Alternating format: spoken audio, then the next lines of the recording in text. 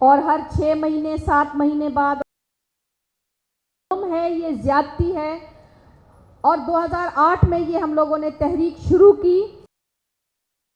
इंसान इकट्ठा होता है जब एक ग्रुप बनता है, सच्चाई के साथ कमिटमेंट करके हमें इस वक्त हम अगर रेगुलर हो गए हैं तो हेल्थ का कौन सा काम है जो हमसे नहीं लिया जाता। इवन आप देखें, पोलियो हमारी वर्कर ने ख़त्म किया। कोरोना का जो काम था वो टेक्निकल काम था, उसकी स्क्रीनिंग करनी हो वो भी लेडी हेल्थ वर्कर करे। उसकी ड्यूटी जो उन्होंने लगाई हॉस्पिटल्स में 24 घंटे, यानी 3 जो हिस्से होते हैं, सुबह दोपहर शाम और रात, उसमें भी हमारी वर्करों ने भरपूर काम किया। और इसके अलावा सारे पैरामेडिक्स, डॉक्टर, नर्सेस सब ने वैक्सीनेशन की। मगर जब जुलाई 2021 से लेडी हेल्थ वर्कर प्रोग्राम को इसमें शामिल किया गया तो वो कवरेज हज़ारों में नहीं लाखों में चली गई, क्योंकि हम वो फील्ड फोर्स हैं जो लोगों के घरों तक जाते हैं। और इन्हीं लोगों ने हमें धक्के भी दी, हमें गालियां भी दी, हमें बुरा भला भी कहा, हमें फारिग औरतें भी कहीं। मगर शुक्र अल्हम्दुलिल्लाह, जब हमने अपनी इज्जत समझी, जब हमने अपना हक लिया। हमारा सबसे बड़ा मसला ये है कि सुप्रीम कोर्ट ऑफ पाकिस्तान ने हमें रेगुलर किया 1/7/2012 से, मगर हमारा प्रोग्राम स्टार्ट हुआ है 1994 से, 1994 से। अब जो वर्कर 1994, 95, 96 में भर्ती हुई हैं, आज वो 60 साल की अगर हो गई हैं तो उनका ना सर्विस स्ट्रक्चर बन रहा है, ना उनको कोई बेनिफिट, यानी ना रिटायरमेंट ही है ना पेंशन है। क्योंकि 1 जुलाई 2012 से लेके 1 जुलाई जो 2022, जब 10 साल पूरे होंगे तो उनकी रिटायरमेंट ही पेंशन होगी। मगर हमारी यूनियन ने और हमारे घर के अफरादों, जैसे मैं रुखसाना जावेद के मियाँ का भी शुक्रिया अदा करूँगी कि उनकी भी हमारे साथ इस तहरीक में जो थी वो करके उन्होंने 1 साल 6 महीने की एक्सटेंशन ले लिए, जो उसकी रिटायरमेंट की पेंशन से कम हो रही थी। मैं यहाँ सिंध गवर्नमेंट को क्रेडिट दूंगी। मैं चाहूँगी कि सिंध गवर्नमेंट के लिए एक भरपूर ताड़ी होनी चाहिए, क्योंकि पूरे पाकिस्तान में से वाहिद सिंध गवर्नमेंट थी जिसने कोरोना का 17 अलाउंस तो बने हुए 19 से कह दो अपनी औकात में रहें।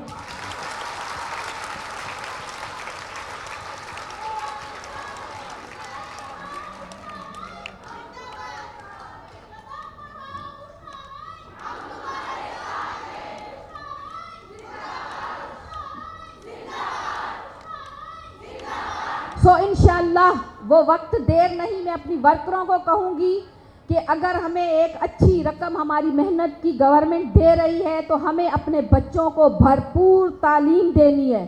आप बच्चों को तालीम दें ताकि कल असेंबली यहाँ पे आउटसाइडर्स ज़्यादा हों, क्योंकि ये सारी ख़वातीन वो हैं जो रोज़ हमें सुनती हैं और हमारे साथ हैं। तो इसलिए मैं चाहूँगी कि हमें ये मशवरा आप देना चाहिए आर्ट्स काउंसिल को कि उस दौरान इस कॉन्फ्रेंस को रखा जाए या मेहनत कश औरत का जिक्र उस टाइम पे किया जाए कि जब बाहर के लोग भी, ख़वातीन और जो लोग हैं वो मौजूद हों यहाँ पे, ताकि वो भी सुने कि किस तरीके से इन लोगों ने अपने आप को मुनज़्ज़म किया और किस तरीके से परेशानियों से निकल के वो आगे बढ़ रही हैं और आपके साथ की सबसे ज़्यादा ज़रूरत है, पहली बात।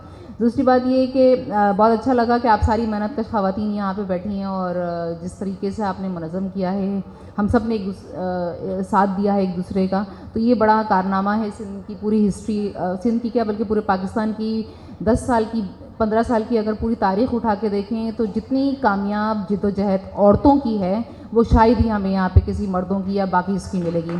चाहे वो आप लेडी हेल्थ वर्कर्स को उठा लें, सारी औरतें थीं, सब जब निकली हैं रोड पर, हमने भी खाई हैं आपके साथ आंसू गैस फर्स्ट उसमें आपके साथ थे हम लोग। तो ये निकली हैं तो अपना स्ट्रक्चर लेकर वापस गई हैं, अपने आप को परमानेंट करके वापस गई हैं। किसान औरतें जब निकली हैं, उकाड़ा की मिसाल हमारे सामने है कि जब मर्द रेंजर्स की कुव्वत से डर गए थे या पीछे हट गए थे क्योंकि पकड़ा जा रहा था, उनको मारा जा रहा था, लेकिन औरतें थीं कि जिन्होंने थापा फोर्स बनाई जिससे कपड़े धोती हैं, वो लकड़ी लेके निकली हैं और उन्होंने जो है वो अपनी जिद्दोजहद को मर्दों के शाना बशाना किया है और उनके साथ खड़ी हुई हैं और उन्होंने जिद्दोजहद को कामयाब। इस तरह से किसान औरतें हैं, इस तरह से जो है वो होम बेस्ड वर्कर्स हैं कि जब हमें 10 साल 12 साल पहले कहा जाता था कि किधर हैं जिनकी आप बात कर रहे हैं, तो उनको फिर उस दिन हमने ये तय किया था कि अब हम रोड पे आके दिखाएंगे आपको कि हम मौजूद हैं और आपकी इकनॉमी का पार्ट हैं, लेकिन आपकी इकनॉमी के पार्ट के अंदर हमें तस्लीम नहीं किया जा रहा है। तो हम रोड पे आके अब आपको दिखाएंगे कि हम मौजूद हैं, हम नज़र आना चाहते हैं और हमारे लिए जो है वो कानून साजी की जाए। तो 10 साल की जो जद्दोजहद थी उसमें बड़ा कारनामा ये है कि ये सारी ख़वातीन, क्योंकि बहुत सारी जगह ऐसी हैं कि जहाँ पर आपको जगह मिल जाती है, एक जगह मिल जाती है, जैसे फैक्ट्री है एक जगह मिल गई है, लेडी हेल्थ वर्कर एक जगह मिल गई है, आपको एक जगह मौजूद है। इस तरीके से बहुत सारी और जगह हैं कि जहाँ पे एक प्लेटफॉर्म मिल जाता है और वहाँ पे हम जद्दोजहद करना या एक दूसरे को समझाना बहुत आसान होता है। लेकिन जो इनफॉर्मल वर्कर्स होते हैं, जो गैर रस्मी के शोबे के मजदूर होते हैं कि जिनका ना जगह तय है ना उनका मालिक तय है कि कौन है, तो उनको मुनज़्ज़म करना सबसे मुश्किल काम था कि उनको समझाना कि आपके साथ क्या ज़्यादती हो रही है और आपको ये हक़ कहाँ से मिलेगा और हक़ क्या है, ये समझाना सबसे बड़ा काम था। और हमने कारनामा ये करके भी दिखाया बाकी साथियों के साथ मिलके, क्योंकि जब हमने इनसे मिलना शुरू किया ख़वातीन से, तो हमें डायरेक्टली कहा जाता था कि ये ख़वातीन को ख़राब करने के लिए आई हैं। बहुत सारे लोगों ने हम पे ये इल्ज़ाम भी लगाया कि ये बेच देंगी हमें, ट्रैफिकिंग की जैसे यहाँ होती हैं सूरत हाल के। तो लेकिन बहुत बहादुर ख़वातीन का मैं अभी भी सलाम कहूँगी उन सारी ख़वातीन को जो बहादुर ख़वातीन थी कि जिन्होंने सवाल करने का जो अपना एक चीज़ थी उसको नहीं छोड़ा। जितना सवाल करते हैं उतनी ही चीज़ों पे हमारी ग्रिप जो है वो ज़्यादा बढ़ती है, समझ उतनी ही ज़्यादा आती है। तो वो बहादुर ख़वातीन निकल के आई और उन्होंने कहा कि हम देखते हैं कि क्या कहती हैं, ये क्या बात कर रहे हैं। तो उन्होंने बात को समझा और उस तरह से फिर उन्होंने जो है मुनज़्ज़म करना शुरू किया। तो ये पहला पड़ाव फिर जो है, जब ये मुश्किल आसान हो गई तो फिर बाकी पड़ाव हमारे लिए बहुत आसान थे, इतनी मुश्किल नहीं हुई हमें, और हम जो है वो फिर आगे बढ़ते गए। और इसका नतीजा ये है कि सिंध के अंदर जो है वो हम लॉ बनाने में कामयाब हुए, जो पूरे साउथ एशिया में क्या पूरे दुनिया में अगर उठा के देखें, क्योंकि एक कन्वेंशन है ILO का कन्वेंशन C177 जो होमवर्क की तारीफ़ करता है कि होमवर्क होता क्या है और क्या इसमें वर्कर होते हैं। उसके अलावा 12 मुल्क हैं कुछ जिन्होंने साइन किया है, इसको रेटिफाई किया है, इस कन्वेंशन, उसकी तौसीक़ की है मुल्कों ने, लेकिन कोई कानून नहीं मौजूद है। सिंध वाहिद सूबा है इस पूरे साउथ एशिया में, पूरी दुनिया में, कि इन्होंने घर मज़दूरों को कानूनन मज़दूर तस्लीम कर लिया है। और सिंध के अंदर 30 लाख से लेकर 50 लाख के करीब ये एस्टिमेशन है हमारी कि जितने घर मज़दूर हैं अब वो कानून की तारीफ़ में मज़दूर तस्लीम कर लिए गए हैं। और ये बड़ा कारनामा है इन तमाम ख़वातीन का जो रोड पर निकल के आई, बावजूद इसके कि हमें डराया गया, धमकाया गया, हमें ये कहा गया कि तुम रोड पे आओगी तो तुम्हारे बिजली का बिल बढ़ जाएगा, तुम्हारे को बम ब्लास्ट हो जाएगा, ये हो जाएगा, ये हो जाएगा, लेकिन फिर भी ये मुनज़्ज़म हुई हैं। और आज 4000 के करीब जो है ये ख़वातीन यहाँ पे पूरे सिंध में मौजूद है और पंजाब में भी और बलूचिस्तान में भी अपने आप को मुनज़्ज़म कर रही हैं। बहुत सारी चीज़ें हैं ये कि ख़वातीन, मतलब मैं ये सिर्फ बताना चाह रही हूँ कि जब तक क्योंकि आबादी का आधा से ज़्यादा हिस्सा औरतें हैं, अगर आधा हिस्सा औरतें हैं तो इसका मतलब है आधा वर्क फोर्स भी हैं हम, लेबर भी हैं हम। और इसका मतलब ये है कि अगर हम आधी फोर्स के साथ जब जुड़ जाते हैं, यानी मर्दों के साथ हम जुड़ जाते हैं, तो जद्दोजहद बहुत आसानी से जो है वो पार लगती है। और ख़ुद मर्दों को समझ में आता है कि ख़वातीन कितनी ज़रूरी है जद्दोजहद के अंदर, उनके मसाइल को हल करने के लिए और उनके मसाइल को आगे लाने के लिए ख़वातीन कितनी अहम रोल प्ले कर सकती है उनकी। तो मर्दों को ये समझना होगा, जो हम डिमांड करते हैं बुनियादी तौर पर, ये सिर्फ डिमांड हम अपने लिए नहीं करते हैं, मर्दों के लिए भी करते हैं। तो इसलिए देखा जाए कि जितनी भी तारीख उठा के देखें, तबकाती जद्दोजहद की तारीख है कि ग़ुलाम जो है वो उसने आका से अपनी जद्दोजहद का आगाज़ किया और उससे आज़ादी हासिल की, और 1860 के बाद अब कोई ग़ुलाम नहीं रख सकता। लेकिन अभी भी बॉन्डेड लेबर जो है और जो खेत किसान है वो अभी भी हमारे पाकिस्तान में जो है बॉन्डेड लेबर है, ग़ुलाम की हैसियत है। इसी तरीके से सरमायादारी और जागीरदारी में भी अगर देखा जाए कि हम जो है अब उजरती ग़ुलाम बन गए हैं कि हमारी उजरत जो है वो तय कर दी गई है कि इतने में ख़रीदा जाएगा हमें और इतने में हमें अपनी मेहनत को बेचना है। उस मेहनत के नतीजे में जो कुछ प्रोडक्ट हम बनाते हैं, मतलब इस जो मैंने कपड़ा पहना है वो कपड़े में से अगर मेहनत निकाल दी जाए तो ये सिर्फ धागा रह जाएगा, और धागे में से भी मेहनत निकाल दी जाए तो ये रुई रह जाएगी, और रुई से भी मेहनत निकाल दे तो ये बीज का टुकड़ा है, और बीज को जब तक बोया नहीं जाएगा तब तक ये कपड़े की शक्ल में नहीं आएगा। इसलिए मैं समझती हूँ कि ये मेहनत जो है हमारी, इस मेहनत को काउंट करने की ज़रूरत है। इस मेहनत को जब तक हम काउंट नहीं करेंगे तब तक हमारी सूरत हाल जो है वो बेहतरी की तरफ नहीं जाएंगी। तो जो एक पूरे रॉ मटीरियल को, एक खाम माल को हम एक वैल्यूएबल प्रोडक्ट में तब्दील कर देते हैं, उस वैल्यूएबल प्रोडक्ट को जो हम तब्दील करते हैं, जो एक कदर बना देते हैं कि ये बिकता है और इसकी वैल्यू लगती है, इसकी कदर लगती है, इसको जब तक हम नहीं समझेंगे, इसमें हमारा हिस्सा आज़ादी तभी मुमकिन हो पाएगी जब हम मेहनतकश तबके के साथ जुड़ेंगे और जद्दोजहद का हिस्सा बनेंगे, तब हमारी जद्दोजहद कामयाब होगी। और हम मर्दों को भी तब्दील करने में, उनके जहनों को तब्दील करने के लिए भी जो है वो हम एक राह हमवार करेंगे, क्योंकि बदला हुआ इंसान ही समाज को बदलता है। और जहाँ पे आप देख लें कि जिस भी मुल्क के अंदर जो है वो अगर सूरत हाल देखनी है कि कितनी तरक्की कर रहा है, तो वहाँ औरतों की जो है सूरत हाल को देखा जा सकता है। और पाकिस्तान उन मुल्कों में है कि जहाँ औरतों की सूरत हाल बहैसियत औरत होने के नाते भी बुरी है और बहैसियत मजदूर होने के नाते जो है वो डबल ट्रिपल हो जाती है।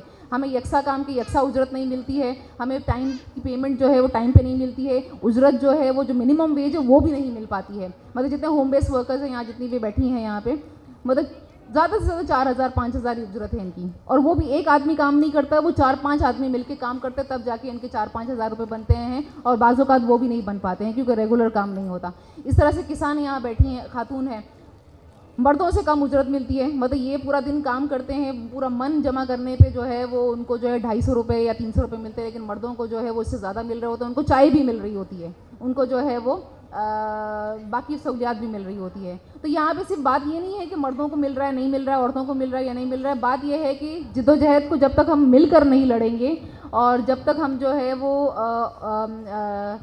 मर्दों को भी साथ शामिल। बहुत शुक्रिया आप सबका, बहुत शुक्रिया। क्या मतलब लाएअमल तैयार किया गया है, इसके ऊपर हम सुनना चाहेंगे सेक्रेटरी साहब। जी शुक्रिया सवाल करने का। और इसमें थोड़ा सा अपडेट कर दूं, क्योंकि ये एक जुडिशल मैटर बन गया जिसके अंदर कोर्ट में चले गए लोग, इसके ख़िलाफ़ हाई कोर्ट में गए, वहाँ से कोई जजमेंट आई, उस जजमेंट से भी आगे फिर सुप्रीम कोर्ट में गए और वहाँ पर भी इसकी हेयरिंग होती रही। और फाइनली जो सुप्रीम कोर्ट से ऑर्डर्स हैं, जो कि अभी तक रिटन ऑर्डर अभी तक अवेटेड हैं, जो अखबारात में रिपोर्ट हुआ है उसके मुताबिक सुप्रीम कोर्ट का कहना यह है कि एक मरतबा फिर कार्रवाई की जाए और गवर्नमेंट जो है मिनिमम वेज फिक्स करे एक ड्यू प्रोसेस के ज़रिए से, और इस दौरान में तमाम इंडस्ट्रीज़ जो है 19,000 रुपये जो कि पहले था उसके मुताबिक मिनिमम वेज पे करते रहें।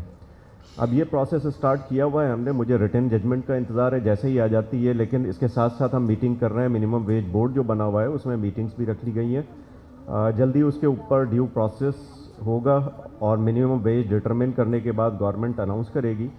इस दौरान में चूँकि बाइंडिंग है सुप्रीम कोर्ट के ऑर्डर्स, उसके मुताबिक हम एनफोर्स नहीं कर सकते कि 25,000 मिनिमम वेज अभी पे करें, इसलिए कोई इंडस्ट्री भी इसको इम्प्लीमेंट नहीं कर रही है।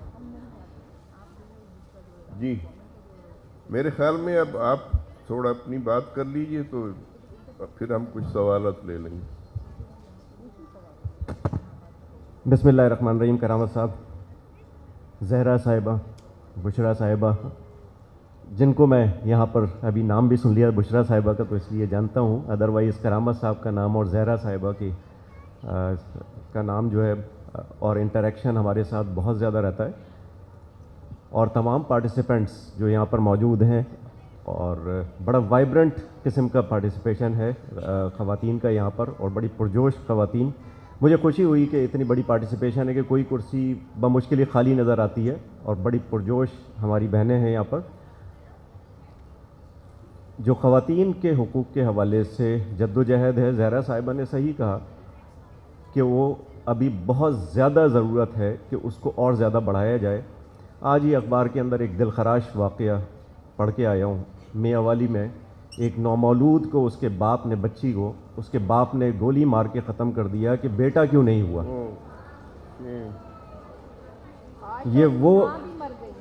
ये वो चीज़ है जो 1400 साल पहले कंडेम कर दी गई, लेकिन कुछ ना कुछ हमारे माशरे में कहीं ना कहीं कोई ना कोई गड़बड़ मौजूद है।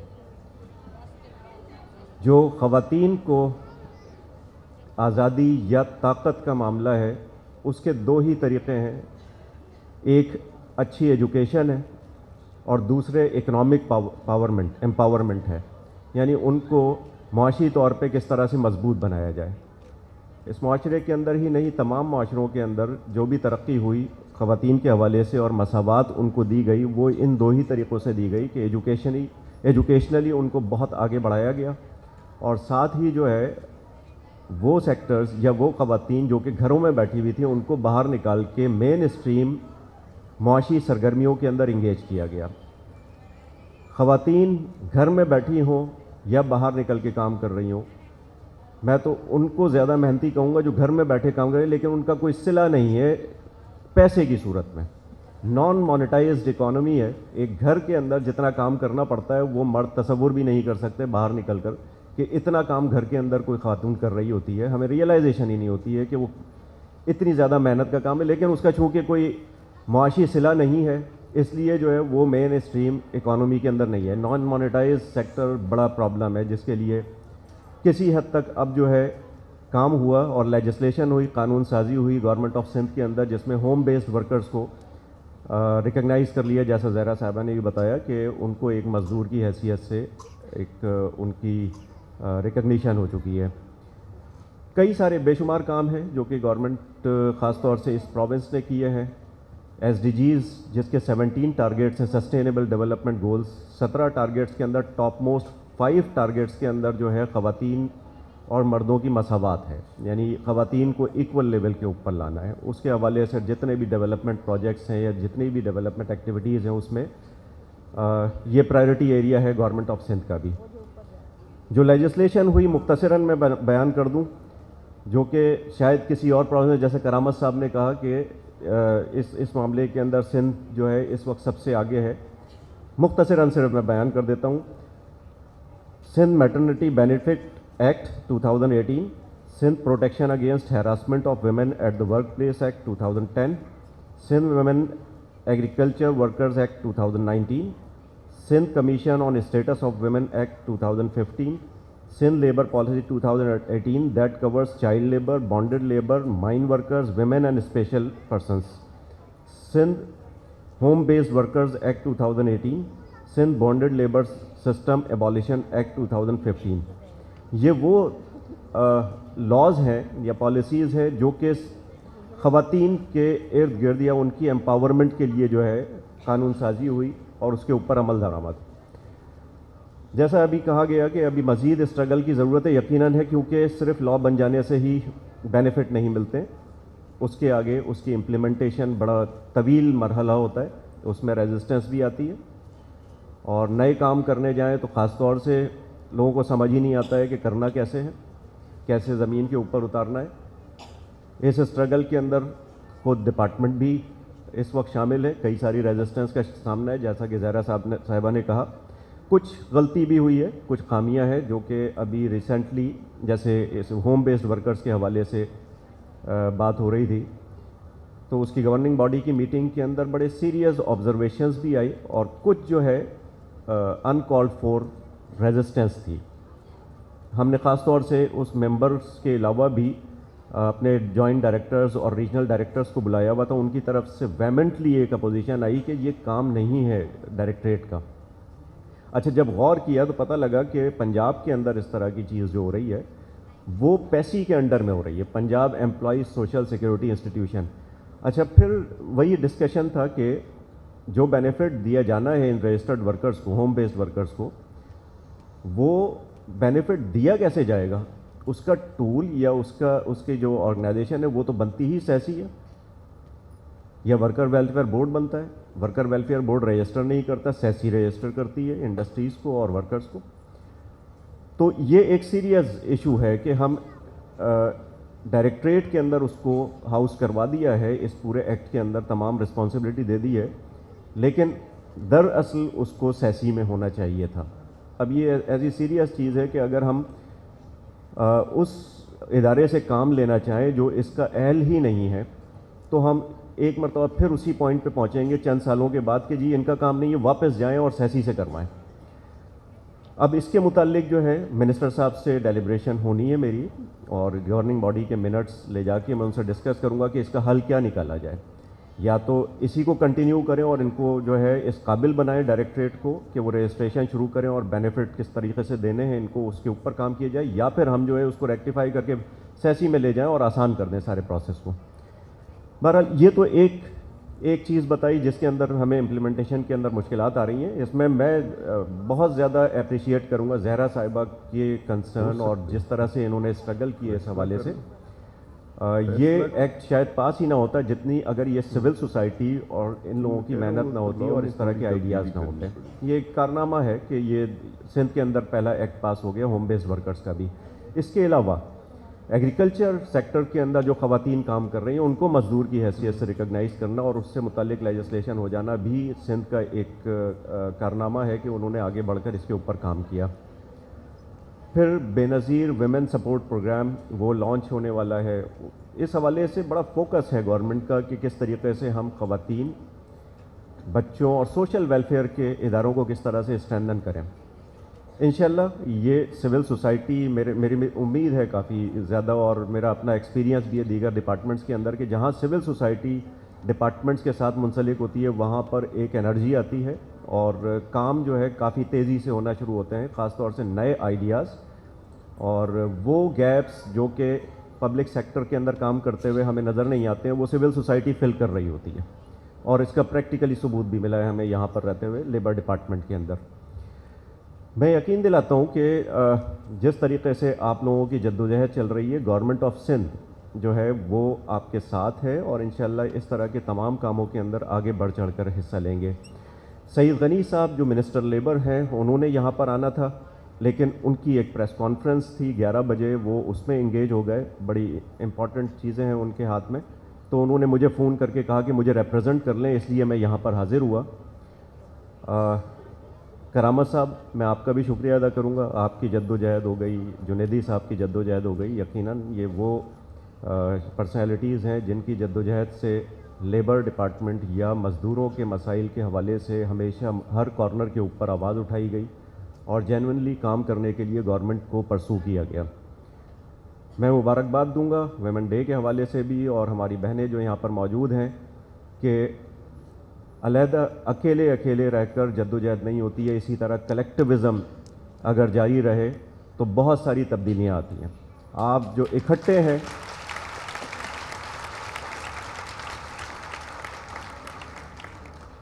हैं तो एक ताकत है, इस ताकत को ज़ाया मत होने दें।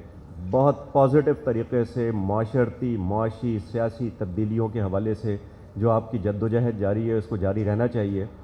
इंशाअल्लाह गवर्नमेंट ऑफ सिंध जो है इसके अंदर साथ साथ है आपके, और जो भी मसाइल लेबर के हवाले से हैं वो हम बैठकर आप लोगों के साथ बैठकर जो है उसको हल भी करेंगे और कोई ना कोई हल निकलेगा और ये तमाम बेनिफिट्स जो इन कवानीन के ज़रिए पहुँचने हैं वो इंशाअल्लाह पहुँच के रहेंगे। बहुत शुक्रिया। लेबर मूवमेंट में इसी तरह ज़हरा ने जो घरों में बैठ के औरतें काम करती थी, जिनको घर का पहले एक सैंपल उठाया और 1 साल 6 महीने की एक्सटेंशन हमने ली है। और मैंने अभी जो 23 और 24 को पूरे सिंध की मीटिंग थी जिसमें टोटल सिंध के ADHO, अकाउंट सुपरवाइज़र आए थे, 2 ग्रुपों में थे, उसमें मुझे बुलाया गया और मैंने उनको इस चीज़ पे पाबंद किया कि जो लड़कियां हमारी, मैं लड़कियां इसलिए कहती हूँ 60 साल का बूढ़ा माने तो हम फिर बूढ़ी हो ना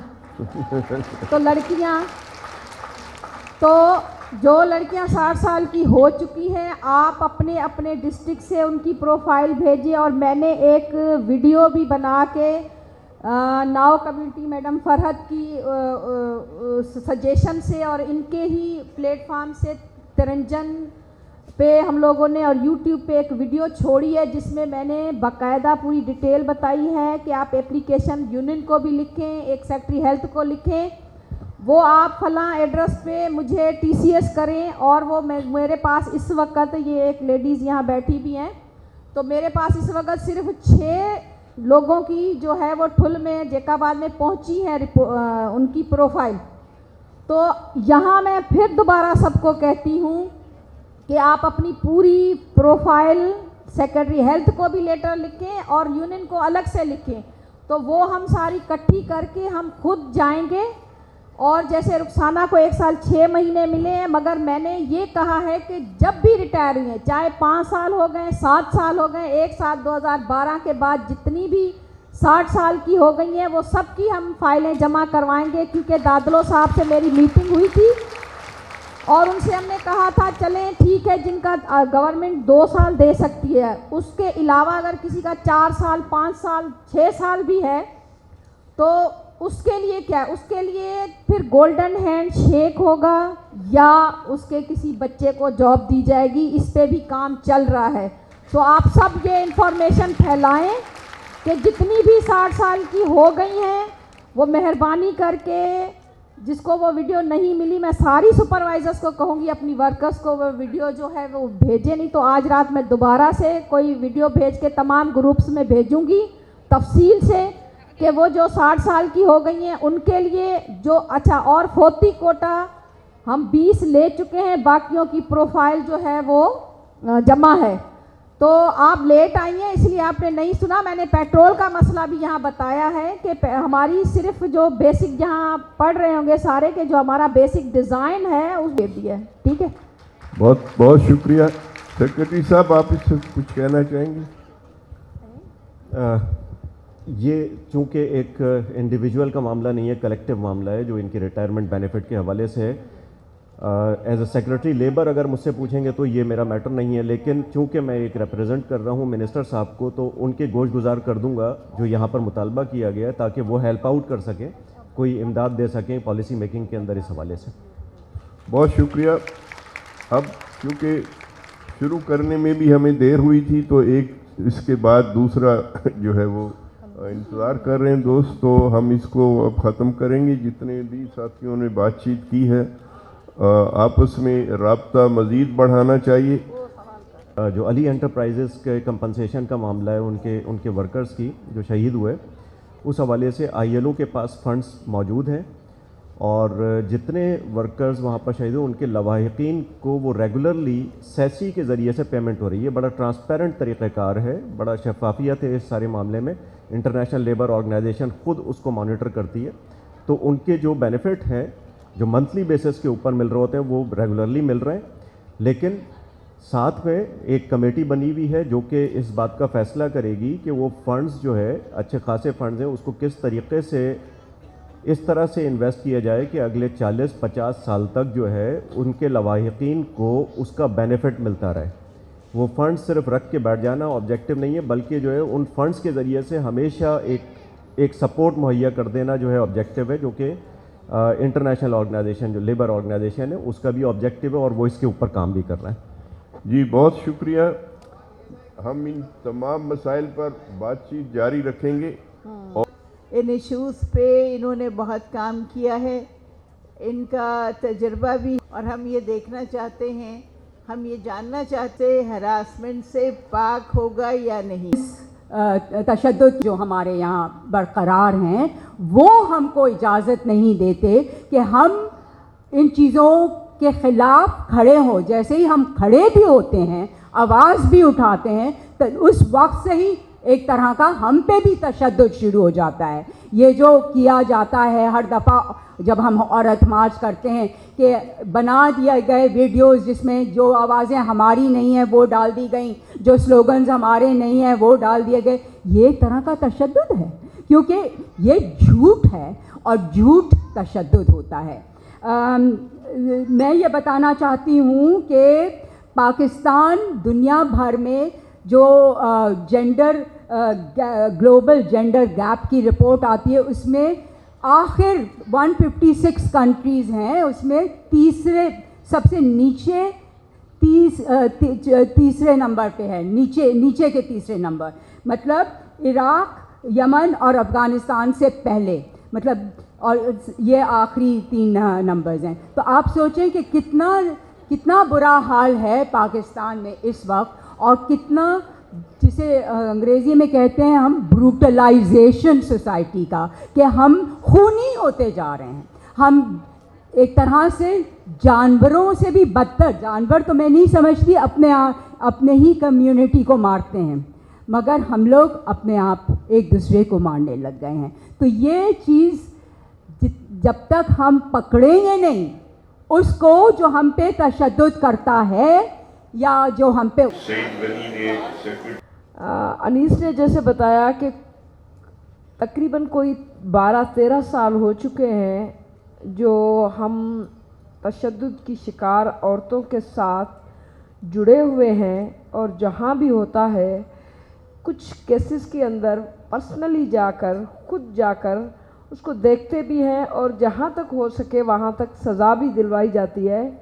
मैं आपको ये ज़रूर बताती चलूँ कि वुमेन सेक्शन फोरम हैदराबाद की जानिब से गैंग रेप्स के कोई 3 या 4 केसेस ऐसे हैं जिसमें आप कह सकते हैं कि हमें, जिसको आप कह सकते हैं कि सक्सेस स्टोरीज़ हैं कि रेपिस्टों को अदालत की जानिब से सज़ा हुई, और ये 3 केसेस जो है वो हो चुके हैं। चौथे केस में हाई कोर्ट में वो चैलेंज हो चुका है, लेकिन अभी तक जो है 20 से 25 बंदे जो है गैंग रेप से, चूँकि इसलिए ज़्यादा हैं बंदे जो है अभी तक जेल में हैं, जो मैं ये समझती हूँ कि उनके साथ कनेक्ट होना और उसको 10 साल तक एक केस को फॉलो करना और उसको सज़ा तक पहुँचाना, ये चूँकि अदालती निज़ाम इतना हमारा जो है सुस्त है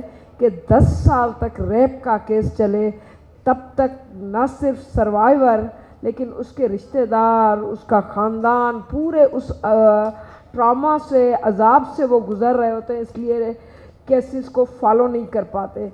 तो मैं लेकिन आपको बताना चाहती हूँ कि जो फॉलो करते हैं किसी हद तक निज़ाम बहुत ख़राब हो चुका है, हमारे तसव्वुर से भी ज़्यादा, लेकिन वहाँ तक जो है कुछ हमारे पास इस किस्म की स्टोरीज़ है। दूसरी बात, हमने अब ये शुरू किया है कि गुज़िश्ता 6 माह से एवरी डे की बुनियाद पर, रोज़ाना की बुनियाद पर सिंध के अंदर किसी भी किस्म का वायलेंस, किसी भी किस्म का रैप हो, घरेलू तशद्दुद हो, ऑनर किलिंग हो या इवन सुसाइड हो, उसको हम सिंध मीडिया वॉच की नाम से वुमेन सेक्शन फोरम उसको रिपोर्ट कर रहा है। रिपोर्ट किस पे कर रहा है? हम अपने जो हमारे फेसबुक अकाउंट है जो पर्सनल है उस पे हम उसको कर रहे हैं। और मैं आपको सिर्फ एक अगर महीने की डेटा बताऊं तो आप समझ सकते हैं कि वो क्या उसकी सूरत हाल है। और जो कहा जाता है उस सूरत हाल में सिंध के अंदर, मैं अगस्त महीने की बताऊं क्योंकि हमारे पास जो डेटा है उस डेटा के अंदर 3 औरतें रोज़ाना 3 औरतें मारी जाती हैं। और ये जो डेटा आता है वो डेटा ऐसा है कि जो जंग जहाँ पर हो रही हो, अफ़गानिस्तान में जो जंग हुई, जो इराक़ में जंग हुई, उन इराक़ और अफ़गानिस्तान में मरने वाले लोगों की तादाद कम है जो सिंध के अंदर, पाकिस्तान के अंदर औरतें जो कत्ल हो रही हैं रोज़ाना की बुनियाद पर, उनकी तादाद ज़्यादा है। लेकिन हम उस पे सेंसिटाइज नहीं है कि उनके कत्ल घर के अंदर होते हैं, उनके जो है कातिल जो हैं वो कोई बाहर वाले नहीं है, उनके कातिल उनके अपने रिश्तेदार, उनका शौहर, उनका चचा, उनका देवर, उनका भाई होते हैं। मैं अगस्त के बताऊं कि अगस्त में ऑनर किलिंग के, सिर्फ ऑनर के मैं पूरी उसकी बताऊं, अगस्त 2021 में ऑनर किलिंग के 21 कत्ल, मतलब रोज़ाना के हिसाब से अगर आप देख लें 21 कत्ल ऑनर किलिंग के हुए हैं, 10 कत्ल जो घरेलू तशद्दुद। देखिए हम इसलिए कहते हैं घर बचाने से जान बचाना बहुत ज़्यादा इम्पॉर्टेंट है। और जो औरतें घरेलू तशद्दुद बर्दाश्त करती हैं कि हम घर बचा रही हैं, वो न घर बचा पाती हैं न जान बचा पाती हैं, क्योंकि बहुत सारे अभी एनी बुलेदी का केस चल रहा है, उसके 4 बच्चे दरबदर हैं इस तरह से कि उनका शोहर जो उसका कातिल है वो भी जेल में है। अब बच्चों का भी इस तरह से पुरसान हाल, इस तरह से घर, अब वो न माँ रही न बाप रहा।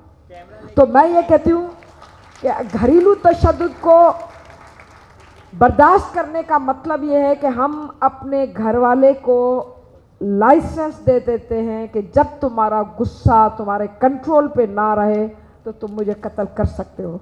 तो इसको बर्दाश्त करना, घर बचाना नहीं, जान बचाना ज़रूरी है। माँ अगर ज़िंदा है तो बच्चों की हिफाजत कर सकती है अगर मारी गई तो। फिर ये मर्डर केस है, 6 रेप केस है और सुसाइड के, क्योंकि औरतें जो मरना नहीं चाहती इस तरह, औरतें जो इस किस्म की मातें।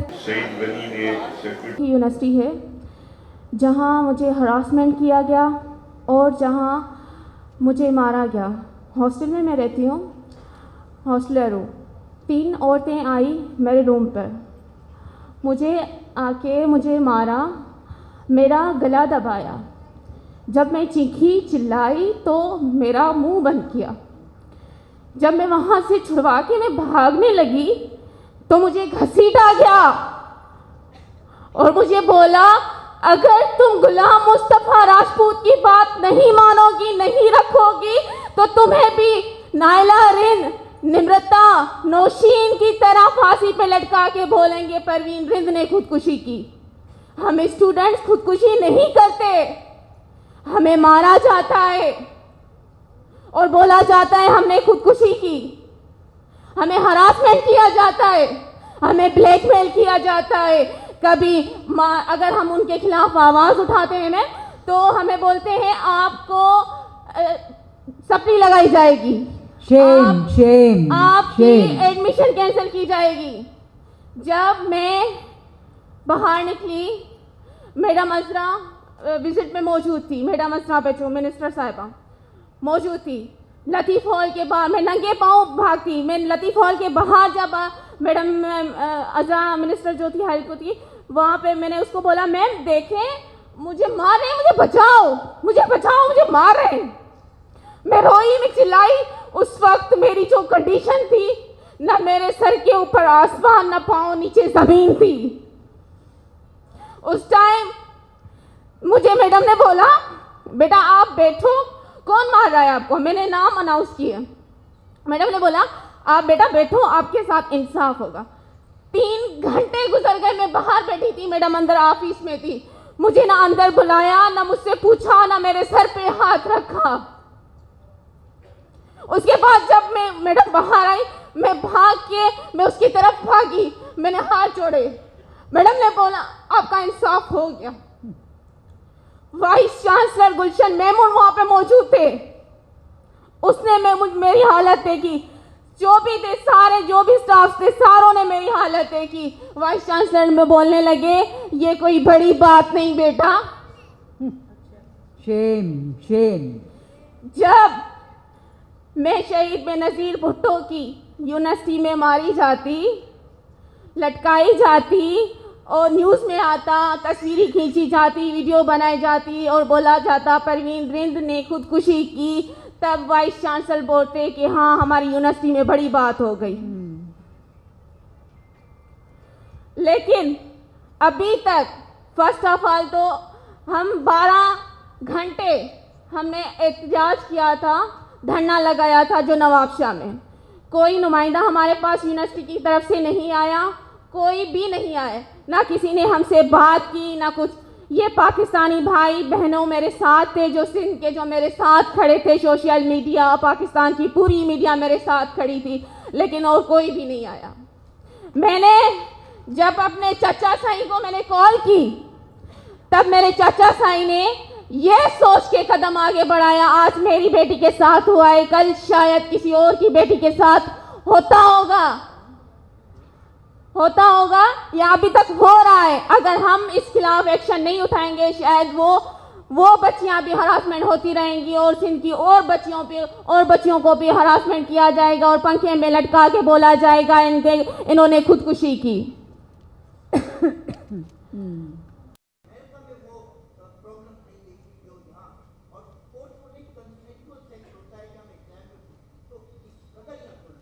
ठीक है, आपकी बात आ गई।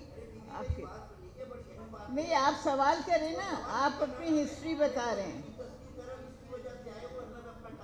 देखिए ये हम सबको पता है, हम सब तस्दीक कर रहे हैं इसकी।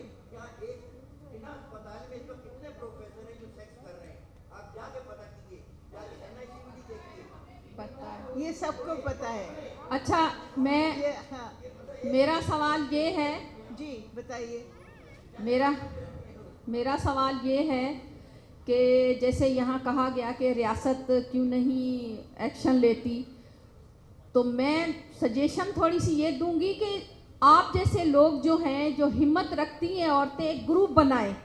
अगर जिस चीज़ पे रियासत नहीं एक्शन उठाती, ये ग्रुप एक्शन उठाए, ये अपना पावर दिखाए, तो फिर ही कुछ हो सकता है। क्या हम जाके अपने इंतकाम आवाम खुद लेने पे मजबूर हो जाएगी, ये भी गवर्नमेंट को सोचना चाहिए।